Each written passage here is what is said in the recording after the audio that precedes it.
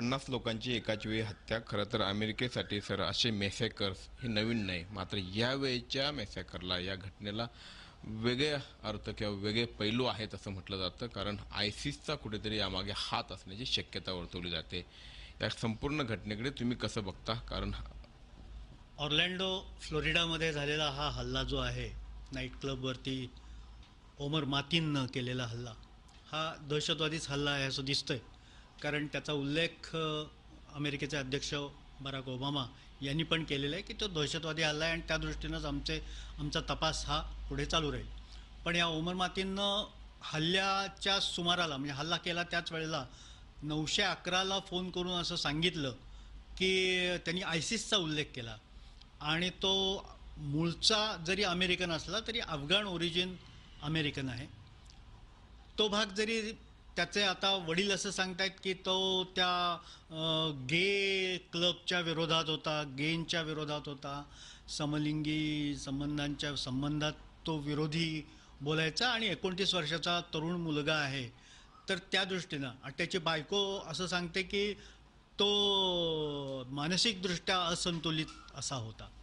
आता प्रश्न असा आहे की मानसिकदृष्ट्या असंतुलित होता की नाही हा नंतरचा भाग आहे, कारण तो मारला गेलाय. एकतर तो काही सापडलेला नाही, पण त्यांनी उल्लेख केलेला आहे त्याच्यामध्ये. त्यानं बॉस्टन बॉम्बर्सचा उल्लेख केला, बॉस्टन मॅरेथॉन बॉम्बर्सचा उल्लेख केला. काय उपपैलू म्हणता येतील असे आहेत ते असे आहेत की त्याच्यामध्ये अमेरिकन अध्यक्षपदाची निवडणूक तोंडावर आलेली आहे. डोनाल्ड ट्रम्प वाटेल तसं बोलतायत. डोनाल्ड ट्रम्पची जी भाषा आहे की मुसलमानांना सगळ्यांना हद्दपार करा, मुसलमानांना इथून हाकलून द्या वगैरे, त्या भाषेचाही गंभीर परिणाम हा काही प्रमाणात झाला असण्याची शक्यता आहे. ही घटना घडल्यानंतर सुद्धा डोनाल्ड ट्रम्प पुन्हा जितमया अशा पद्धतीनं बोलतायत की मी सांगत होतोच तरी. ही जी भाषा आहे ही या पुढल्या काळामध्ये अमेरिकेला कदाचित त्रासदायक ठरण्याची शक्यता आहे. त्या दृष्टीनं अमेरिकेनं या घटनेकडे पाहायला पाहिजे.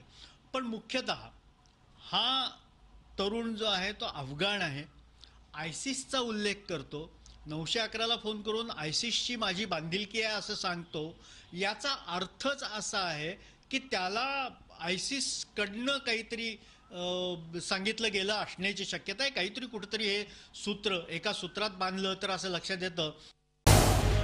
झी 24 तास रहा एक पाऊल पुढे.